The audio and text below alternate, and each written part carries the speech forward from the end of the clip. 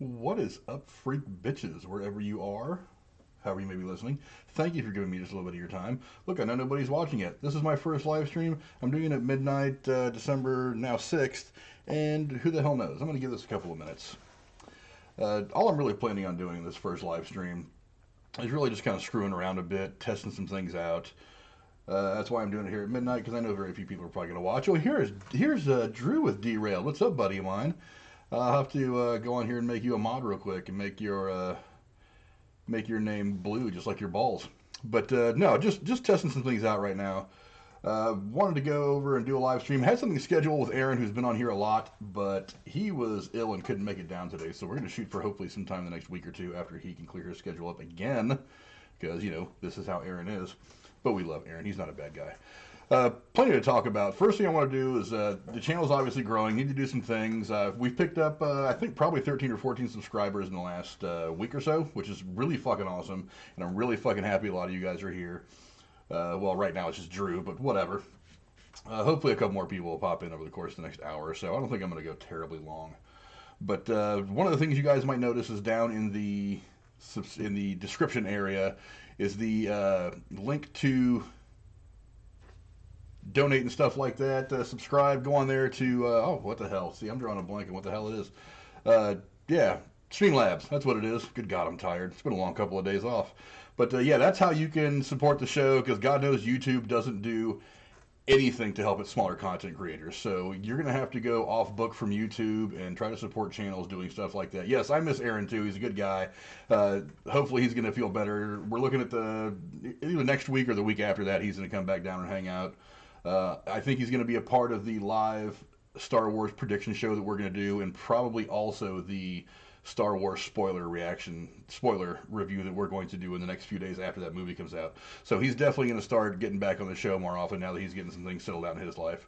But also, I just wanted to, like I said, test out a few things. Like we had some people. Hey, see, there's Steve Callan has subscribed. That's actually a subscription from a couple of days ago. I just wanted to play it to make sure it was actually going to pop up. But yeah, Aaron and Jeremy, who have been on the channel with me a lot of times, are going to be on here some more. Going to have, obviously, Drew, who's in the chat right now. The only person in the chat even watching me right now. Whatever. Love you, Drewski. I figured you'd be asleep by now. You look tired as hell on your stream a few minutes ago. But yeah, we're gonna have a lot of people on here. Got some other friends of mine from work, some other friends from around my life that kind of want to get in on it. Some other people from around my life that aren't really necessarily YouTubers, don't give much of a shit about YouTube, but they're interesting people. I've got an artist friend of mine who's fought a heroin addiction. I might have her on at some point and talk to her. I've talked to my friend Jake about his journey as a gay man. I'm gonna have more people on that I just want to talk to and learn from and kind of pick off their life experiences. But enough of that nonsense. We're going to get into a couple of things I want to talk about. I put up a trailer review for the Black Widow trailer, and I have to admit, it wasn't half bad. I still don't necessarily think the MCU needs this movie, but I'm going to go watch it anyway because it looks pretty awesome.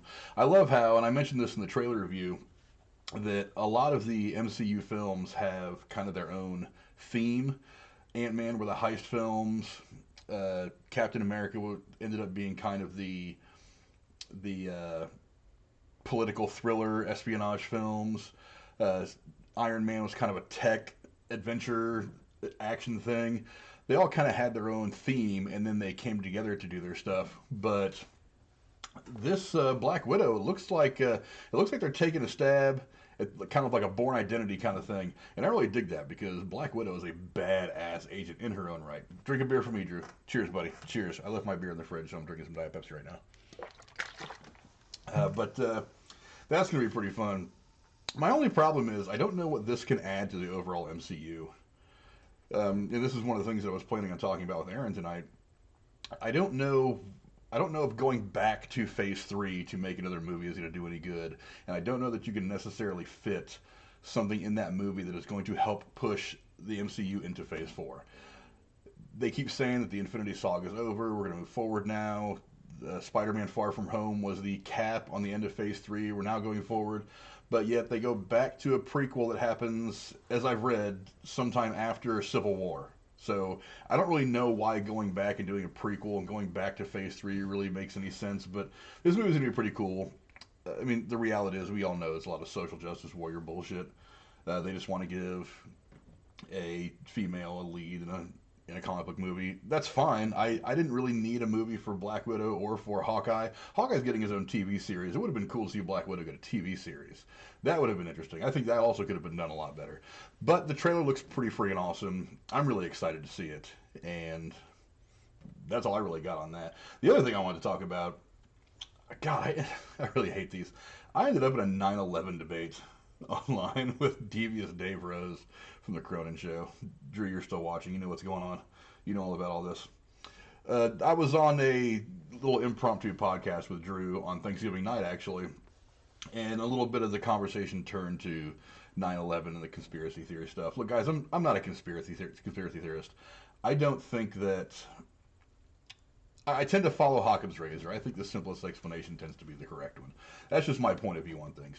Now, granted, there's always, and this is one of the points that I was trying to make on Drew's podcast, there's always a little bit of evidence here and there that kind of outlies, doesn't quite fit into what all the rest of the evidence is saying, but it's a simple thing. And, well, Devious Dave Rose saw that, and he apparently didn't like it that much.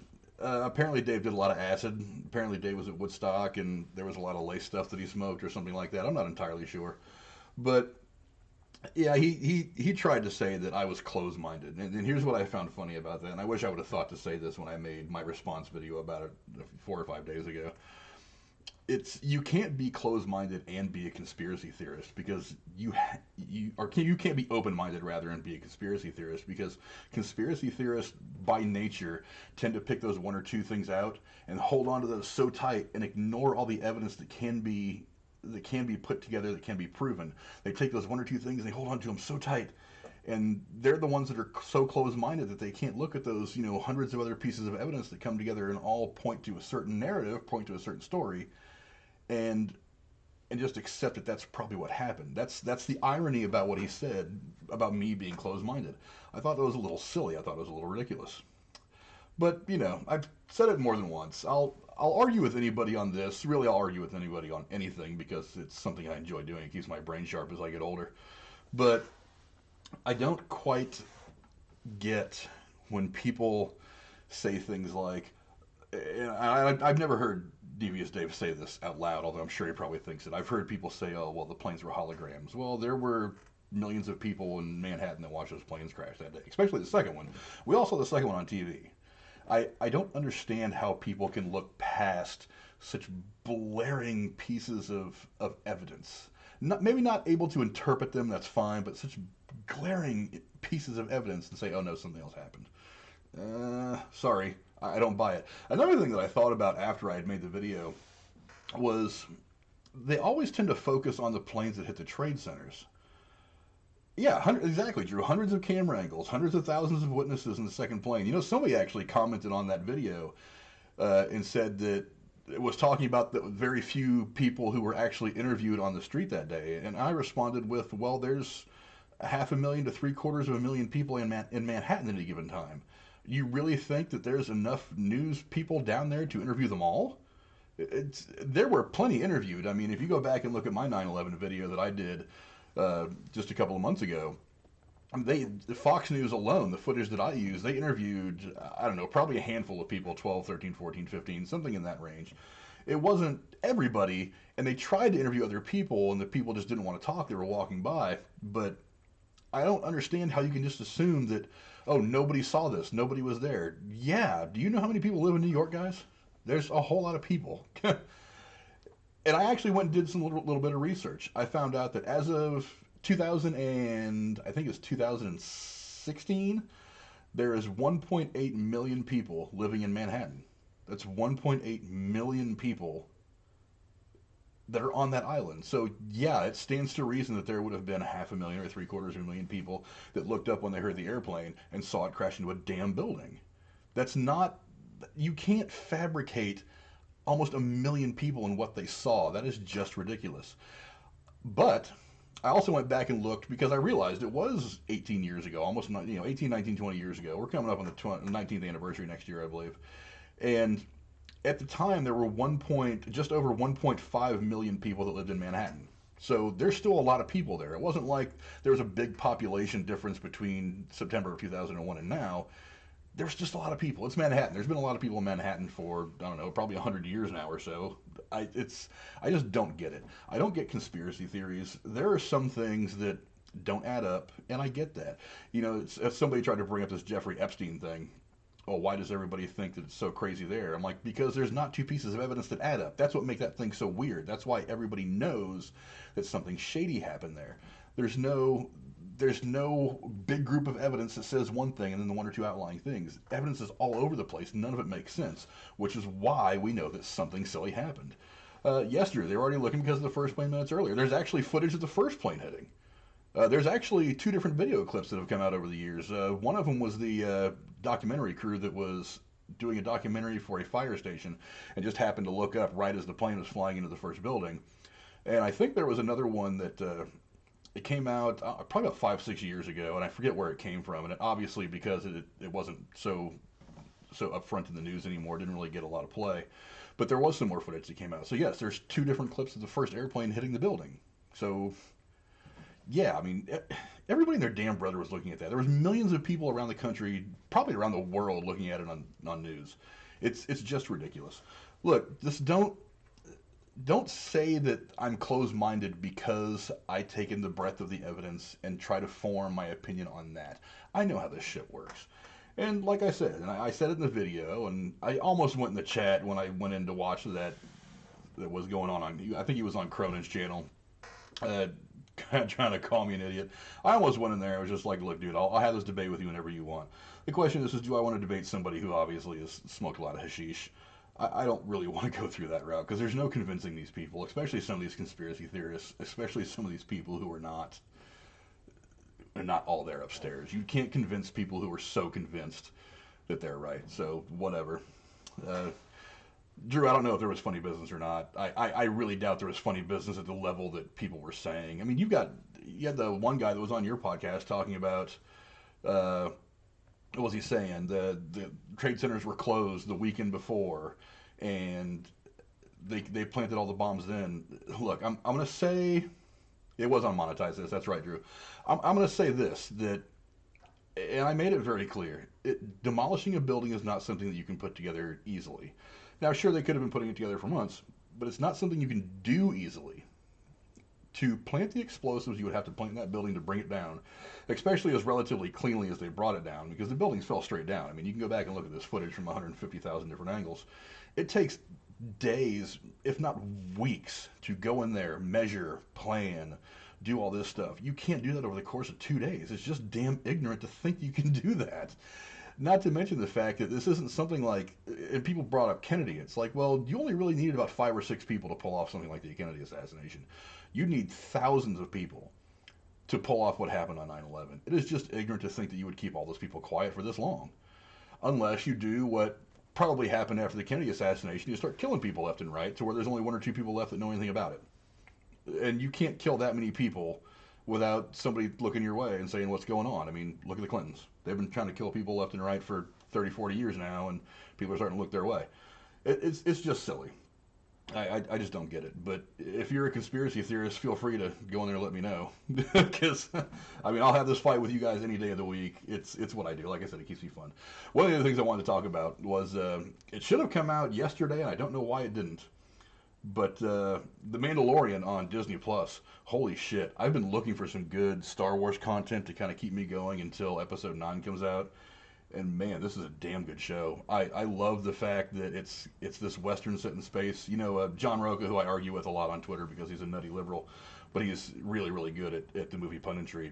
He actually relates it more to a samurai movie in space. I think either analogy goes very, very well. All I know is that show is fucking good.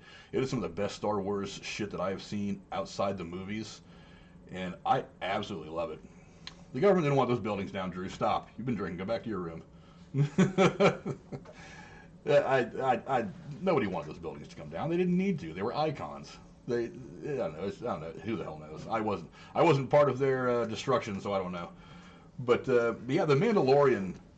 God, if you have Disney Plus and you're into the show, you should be. I mean, for one, they've got most of the Marvel shit, with the exception of the Spider-Man stuff for reasons that have to do with licensing and whatnot. But all that shit will work itself out eventually.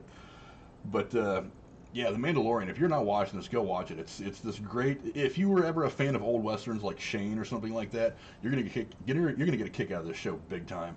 It's it gives you a good taste of the Star Wars universe without focusing on the main characters, and that's been very, very hard to do. I mean, if you go look at some of the animated stuff like Rebels and Clone Wars and stuff like that, they're good, but they're not. I know a lot of like the real hardcore Star Wars fans are in on it. I never could. I really just want the movie stuff. I want the episodic stuff. Some of these stories between like episodes. What is it? It happens. I think Clone Wars happens between episodes 2 and 3. That's kind of where that story lives. That storyline lives. I just never really got into it. I watched a couple of them and I just couldn't. It wasn't really that great. But anyway, watch Mandalorian. It's awesome. Another thing that I put on Facebook to piss a lot of people off was there's this guy Max Kellerman that works for ESPN, and boy did I get a lot of blowback on YouTube for this one. And if you guys haven't read the comments for that one, you should, because I went back and forth with a few people. He was getting all social justice warrior, feeling bad for being white, concerning Colin Kaepernick and that fight that went down between the Steelers and the Browns. My God, I hate these social justice warriors people. They make me want to slam my own head in a fucking door. First off, race had nothing to do with what that fight between the Steelers and the Browns a couple of weeks ago. I don't understand why people even say stupid shit like that. I think, well, no, I do know why people say it. They're doing it for clicks. They're doing it for clicks. They're doing it for looks. They're doing it to get their faces in the fucking paper. They're doing it for quotes. It's ridiculous. Just stop. Max Kellerman tried saying that, and I did agree with him on one point. I do believe that, and he's been benched since then. But Mason Rudolph needed to take a pinch for his part in that fight, because the reality was, there's 1,000 video angles of this, just like the buildings falling on 9/11. He started to pull dude's helmet off at the beginning of the fight. The other dude just beat him to it, tried beating his ass with it. So, yeah, Mason Rudolph needs to take a pinch for that. But he tried doing what, ironically enough, Stephen A. Smith always seems to do whenever he talks about anything in sports anymore. He tried to bring race into it and say it was a white-black thing. And I'm like, no, it was a fight between two grown men. Him bringing race into it, saying that Mason Rudolph didn't get disciplined because he's white and shit like that is fucking retarded. I don't understand. Max Kellerman used to go back to just doing their boxing stuff. He was great when he was doing boxing. I used to love Max Kellerman watching fights. But that and Colin Kaepernick, he was out there screaming and bitching because, oh, the NFL did Colin Kaepernick wrong. By doing what? By giving him a fucking shot? This is what the whole lawsuit was about. Because they didn't think that he didn't think that they were giving him a shot. Fuck that. They go through the time and the trouble and the expense of giving this guy a tryout in Atlanta in front of, what, I think all 32 teams were there, as I recall. And the only thing they asked him to do, that maybe they wouldn't have asked anybody else to do, was to sign a waiver saying, if you don't get signed, you're not going to fucking sue us. And I think that makes perfect fucking sense in this case, because he's already been litigious with the league. What's the big fucking deal? And then Colin Kaepernick goes and throws a goddamn shit fit. He says, you know what, I'm not going to do it there. I'm going to do it at this fucking high school. I want to do it with my receivers. Like, that's going to fucking matter. And he goes out there, look, and what does he do? He does what he always does. He shows his big arm.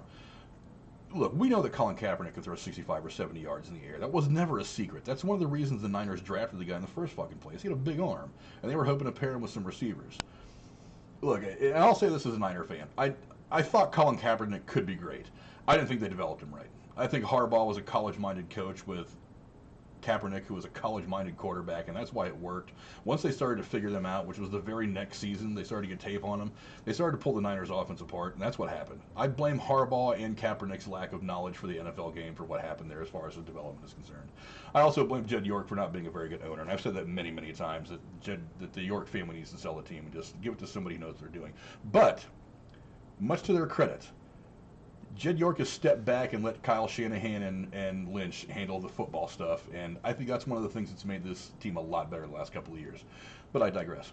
But look, Colin Kaepernick was never that damn good. It was a developmental problem. It wasn't a skill problem. It was a developmental problem. But he goes out there and thinks, oh, well, I should have a job because I'm a quarterback. No, you gotta have a job when you're good. One of the things that a lot of people fail to understand about Kaepernick, though, is you can't force somebody into hiring somebody. You can't force a company into hiring someone. If you run a daycare and and a black guy applies for your daycare to be a teacher or administrator, and you say, "Oh well, you've been convicted of child porn. Maybe I don't want to let you work here." You can't just say, "Oh well, you're clearly discriminating against me because I'm black." No, you carry a particular amount of baggage that I don't want to deal with as a company. That's how that shit works. You can't blame anybody for not wanting to sign Colin Kaepernick. He brings too much fucking baggage. Look at the baggage that I'm sorry, not Pittsburgh, but Philadelphia had to deal with when they signed Michael Vick. There were people talking about protesting. There were people that wanted their money back for their personal seat licenses and their season tickets. It cost them money. And Michael Vick didn't do anything that garnered nearly as much attention as what Colin Kaepernick did. It was just ridiculous. So why would you want to make someone sign a guy who they know is going to cost them money? Could a couple of teams out there use him? Well, from a football perspective, absolutely. I mean, the Lions are a mess. I mean, the Bengals are a mess. I mean, there's probably 3 or 4 teams out there at least that could have signed him just to get some name recognition out of him. But you don't want a guy who's gonna bring down your fan base.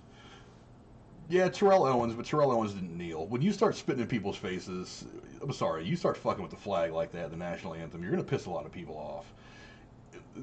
Look, he knew what he was doing, and a lot of people tried to say, "Oh, well, Tim Tebow kneeled." Like, well, Tim Tebow didn't kneel during the anthem. He stood up with his hand on his heart during the anthem. He kneeled after touchdowns. He kneeled before the game in prayer, not in protest. That's the other difference. He was kneeling in prayer, not in protest. I don't know. I just don't get it. I think that I don't think it would hurt for someone to sign him. I just don't think it's going to do anybody any fucking good. Do you really want to bring that negative press on to win 1, maybe 2 more games over the course of the year and still not make the playoffs? And have part of your fan base get pissed at you. It might work in LA where they're super liberal. It might work in New York where they're super liberal. But you want to go to some of these Midwestern towns like Cincinnati. I'm sorry, big conservative contingent here in Ohio. I don't think the Bengals would have liked that at all. Would he have been a step up over Ginger Boy, whoever the hell they have right now? Probably. I don't think he's been a very good quarterback since he's been in Cincinnati. Period. I think he's had moments, but they haven't developed him very well either. But do you really want to risk it? I mean, you already got this beautiful stadium down there in Cincinnati where you play football, and nobody goes down there to watch your damn games. It's you're going to lose half of the 3,000 people that show up to your game on Sunday anyway. Do you really want to do that? No. How about Detroit?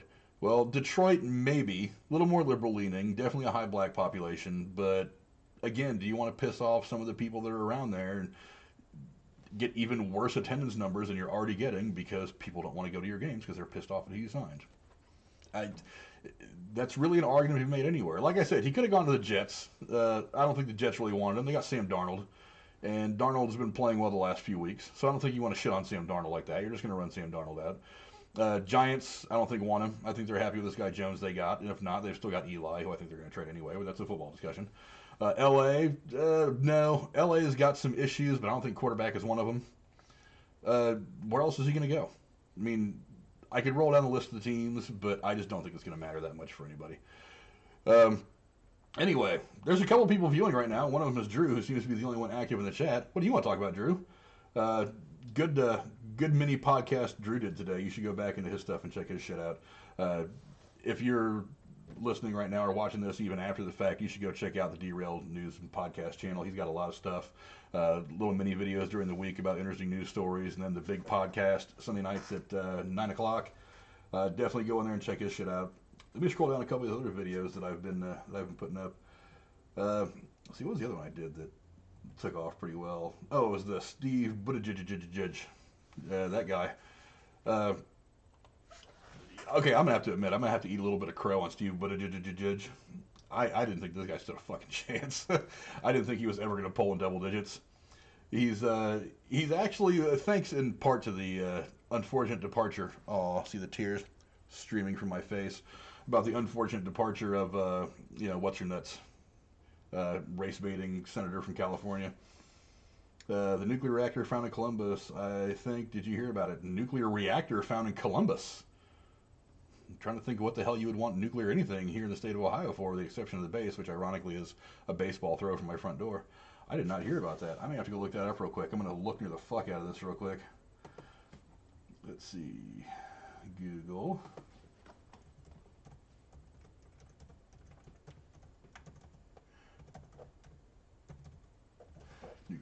reactor, Columbus. Was it found in a garage? Neighbors give an okay to return home after nuclear reactor or hazards found at garage. That's interesting. Let me read about this real quick.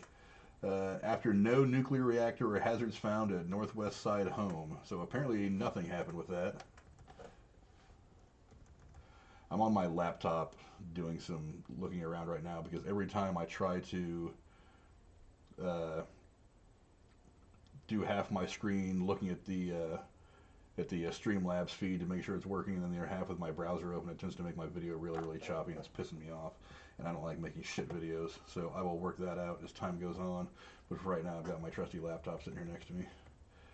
Let's see. Firefighter standby Cranston Drive near Drummersman Court in Columbus, northwest side, while hazmat bomb squad and other emergency responders investigate a man's claim he sustained minor radio frequency burns while working on a quantum physics generator. What? This motherfucker was trying to do some Star Trek shit. What is this dude doing? And of course, the ad pops up wanting me to subscribe to shit. Yeah, I'm not going to do that right now. You're out of luck, kid. Nope. No, thank you. And it won't even let me pass it. That's nice of them to do that. Yeah, I didn't know anything about that. I don't watch a lot of local news. It doesn't sound like it really did anything nationally. And I don't pay attention to local news. The only local news I pay attention to is a couple of politicians my dad knows. I'll talk to them a lot. But capacitor, but no nuclear reactor found so far in northwest side man's garage, battalion fire chief says. That's from Cincinnati.com. About 40 residents on a Columbus side street were evacuated while bomb squad, hazmat, and fire personnel and other emergency responders investigated a resident's report that he sustained minor burns from a possible small nuclear reactor inside a residential garage. The incident was reported at a home on the 3600 block of Chippenhook Court, a cul-de-sac, Cranston Drive, Cranston Commons, Aubry 33. I kind of sort of know that area. I think it's on the I forget what part of Columbus it's in. It's been a little while since we got me to Columbus. Yeah, if it made it all the way to, well, I mean, I'm not surprised it made it to you, Drew. I mean, it's not often you find a nuclear reactor in a suburban garage.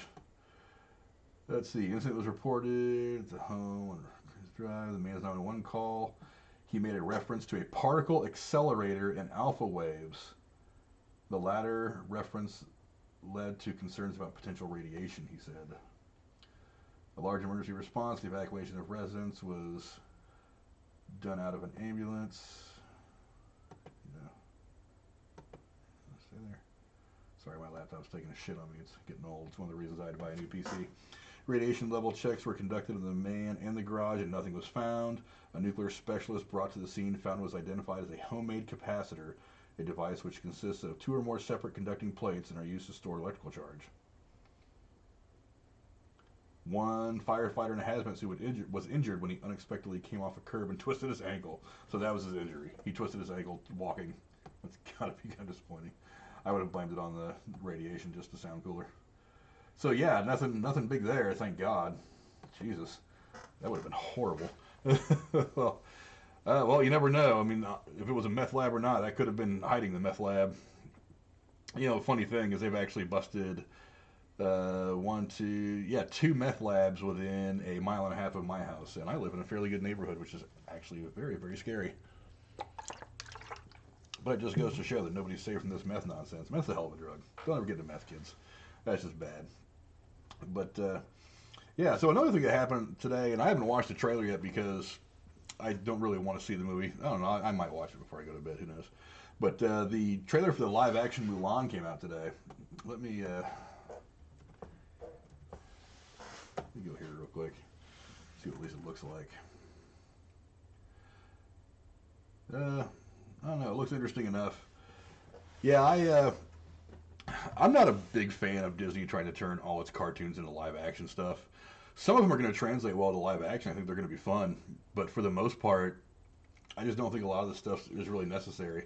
I mean, because if you think about it, they've been kind of hit and miss turning this stuff into live-action stuff anyway. Dumbo did not do very well, and that was a movie that a lot of people thought was going to do well. It didn't. I think part of that was Tim Burton. I think Tim Burton is hit or miss as a filmmaker. He's not just like he has a couple of winners and A Lot of Losers, or one or the other. It's either really, really good or really, really bad, whatever Tim Burton does. But I can't shit on the guy too much. He gave us the first two Batman movies with Michael Keaton, which are some of the best comic book movies ever made, in my opinion. And he gave us the piece de resistance, his very first film, Pee-wee's Big Adventure, back in the 80s. Go back and check that shit out. If that isn't one of the best films that come out of the 80s, you don't know anything about film. I'm sorry. If you don't like that, you don't know anything about movies. Go back and watch that shit. It's fucking awesome. But Lion King was actually really good, and Jungle Book was really good. But again, I mean, Dumbo's not doing well. Didn't do well at all. I mean, that wasn't in theaters for very long at all. What was the other one? Alice in Wonderland. The first one, it grew on me a little bit, but it wasn't great. The second Alice in Wonderland wasn't good at all. Sticking with a Tim Burton theme, I mean, yeah, he's given us Beetlejuice, which is good, but he also gave us, you see, Aladdin is one I thought was very good, actually. I didn't have a whole lot of hope for Aladdin going into it. Jennifer wanted to go see it, and I kind of succumbed to it because, I wanted to get my wiener touched at some point, so I kind of had to. But I was pleasantly surprised at Aladdin. There were some things in it that weren't great. I think the movie was a little long. Could have cut a little bit out of it in the middle. But they managed to let Will Smith kind of make this character his while throwing in a little bit of fan service for Robin Williams. And it wasn't too heavy-handed. I actually thought it was really good. I haven't run out to buy it or anything. There's a story that actually came out, I didn't read it yesterday, that the guy that played Aladdin, I forget his name, he hasn't had a role offered to him or a callback or an audition since that movie came out, which is really unfortunate because I thought he did very, very well. The girl that played Jasmine, Naomi Scott, she's actually in this new Charlie's Angels debacle that's in the theaters right now that's just getting fucking destroyed. It's really unfortunate because I really like her. I liked her in Power Rangers. Believe it or not, I hated Power Rangers back in the 90s. I thought it's not a cartoon. I thought that TV show was fucking horrible. And I still think it's horrible. But I went and saw the movie because I was curious. I was curious for the darker tones. Whenever you make something a little bit darker, it tends to make it a little bit better. And I thought Power Rangers was actually really good. I was really bummed out when they came out, about a year ago or so, that they had scrapped any plans of making a sequel. I was really disappointed. Although I have heard from some of the movie pundits that I watch on YouTube, like John Campea and stuff like that, that they do still want to do something with the property, just not a sequel. My biggest fear is that they go back to making this campy, pastel-colored, stupid piece of shit to try to appeal to the fans that watched it back in the 90s, because that's really disappointing. Because I think that movie that came out was actually fantastic, and I had no hope for it at all. But every now and again, a movie surprises me. One other thing that came out in the entertainment world is J.J. Abrams came out and shot down all these rumors that the test screenings for for Star Wars Episode 9 were a train wreck. Let me tell you a little something about screenings. For one of the things that came out is that people walk out of the screening. I don't know how many of you have ever been to advanced screenings for movies. Probably not a lot of people. You have to be invited to these things especially, so not a lot of people have. You can't walk out of a screening. Once you sit down at that movie, you were stuck there until the credits roll. So you can't walk out of a screening. Number two, you have to sign an NDA to go see these screenings. That means you can't even confirm that you were there. And that's not even until the movie comes out. That is ever. You are not allowed to ever talk about going to see this movie early. Also, there were some leaked images, which I always find funny. Sorry, J.J. Abrams doesn't leak anything. The guy that runs his security used to be Secret Service. That's why none of the shit in his movies ever makes out unless he wants it to. But the leaked images couldn't be from the screening because when you go to the screenings, you have to surrender your radio recording devices, your cell phone, whatever, and they put them in these little bags or little Faraday cages. I mean, they block any signal in or out, and then you don't get them back until you leave the theater. So you didn't take anything in there to take the pictures with. And to top it off, one of the things I had read about is Disney actually has this technology, and I'm sure other people other than Disney have it, but Disney uses it with every screening. There are guys that have, I don't know how they do it, I don't know if it's a special pair of glasses or some sensors or what, but they will actually go around and they will scan people for electronic devices. So if you did manage to sneak in a little camera, a little pen camera or something like that, they will grab that shit up and you will be fucked up. So I wouldn't want to risk going in there and screwing with Disney on trying to get leaked images of their shit. Besides, the movie comes out in, 2 weeks anyway? I can wait 2 more weeks. I've waited this long for this movie. I can wait 2 more weeks. But, yeah, it's just, I'm sorry. I don't buy it. I think this movie's going to kick ass. I'm excited as shit to see it. I have tickets on where's my calendar? I can't read it. On the 18th is when we're doing our prediction show, live prediction show, meet a couple of people. The 19th, I have tickets to the first showing, the big fan event at the local Regal Cinemas. I'm really excited about that shit. And the spoiler review, the live spoiler review with me and some friends will be coming shortly after that. But anyway, one more thing I wanted to talk about. You guys know who Pete Davidson is, right? Pete Davidson is that guy who, he apparently decided it was going to be funny to shit on the head of Representative Dan Crenshaw from Texas and talk about, I don't remember what the hell he said. He just said a bunch of stupid shit because he's a comedian, he has fame, and he was on Saturday Night Live for about 15 minutes. Well, not only did he get shit on for that, and had to apologize to Dan Crenshaw on camera at SNL with Dan Crenshaw on stage with him, which I thought was fucking hilarious, by the way. The look on his face was pure gold.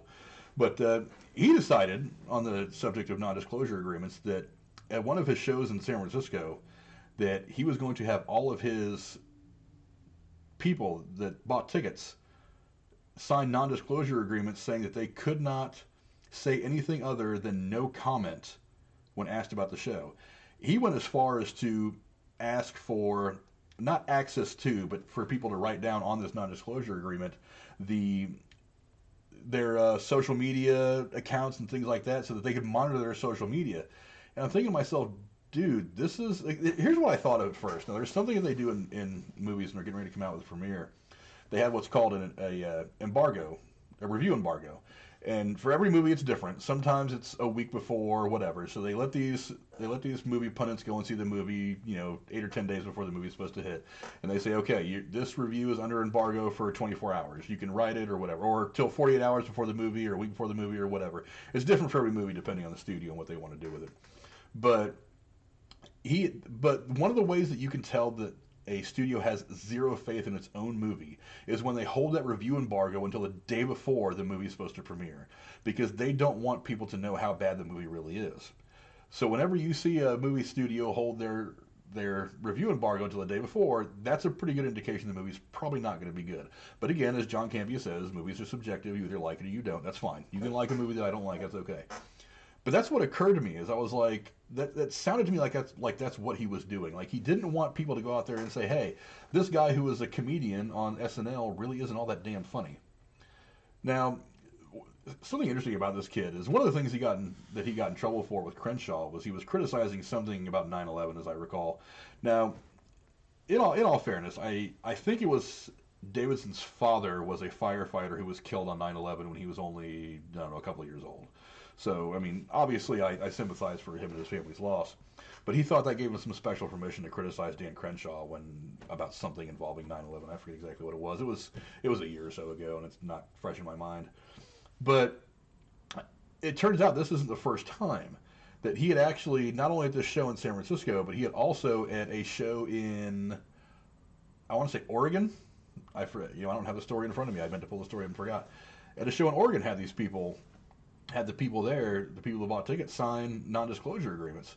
And I'm like, why the fuck would you do that? I don't get it. Why wouldn't you want people to go out there and say, hey, this comedian's funny? Unless, of course, you're not funny and you don't want people to know.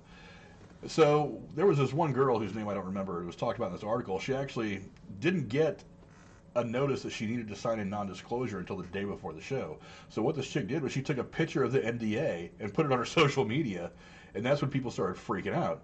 Now, apparently you had to sign this thing to go in. She refused to sign it, and she was refunded her tickets. But I think it's pretty interesting that you have to have somebody sign a non-disclosure agreement to come watch you play. I went and saw Gabriel Iglesias, Fluffy, over here at the local arena a year or so ago. And front row seats, spoiled my girlfriend rotten. When I was there the day the box office opened, front row seats, slightly off center. And it was a great show. We didn't have our phones taken from us, and Iglesias is a much bigger comedian than Pete Davidson. So I don't understand what Pete Davidson thought was so special about him that he had to keep his show or anything secret. And the show that we went to with Gabriel Iglesias, it was one of his touring shows where he was getting ready for the special he dropped on Netflix not too long ago. So it was a lot of the material that was in that Netflix special he had used while we had watched him on stage live at the local arena at the Nutter Center. So you would think he didn't want it out, but no. I mean, I dressed up as much as I do. I had a nice shirt on with a pocket. I just kind of put my phone in my pocket, because I usually do whenever I wear something with a chest pocket. And the thing was pointed right at him. I wasn't recording anything because I'm not a dick like that. But and I didn't want to kicked out because I bought front row tickets to Gabriel Iglesias. I want to hang out with Gabriel Iglesias. The guy's fucking cool. But nobody said anything to me. I didn't see anybody recording. Maybe somebody there was. But yeah, they didn't. We didn't have to surrender our phones. We didn't have any shit go down. No NDAs. No nothing like that. And he's a much bigger comedian than Pete Davidson. I don't understand that shit at all. But when you've already pretty much shit on your own career by talking shit about 9/11 and shitting on Dan Crenshaw, who's a pretty popular guy, then whatever. But anyway, so I've gone on for about 40 minutes now. I think that was a pretty decent first live stream. I hope Drew enjoyed it. I think Drew bounced out by now. Yeah, I think he might have. Good thing though. Drew needs some rest. He does a good podcast himself. He needs to go to bed. He's got a real job. I get to work at night, so I don't have a real job, sort of. Anyway, but yeah, I hope you guys enjoyed the first live stream. Go down in the comments below. Let us know what you think of some of the stuff we talked about. I'm going to try to do this every Thursday about 10:30. I'll be on Drew's podcast, the Derailed podcast, Sunday. I won't be able to start the show, but I'll be in on it later on.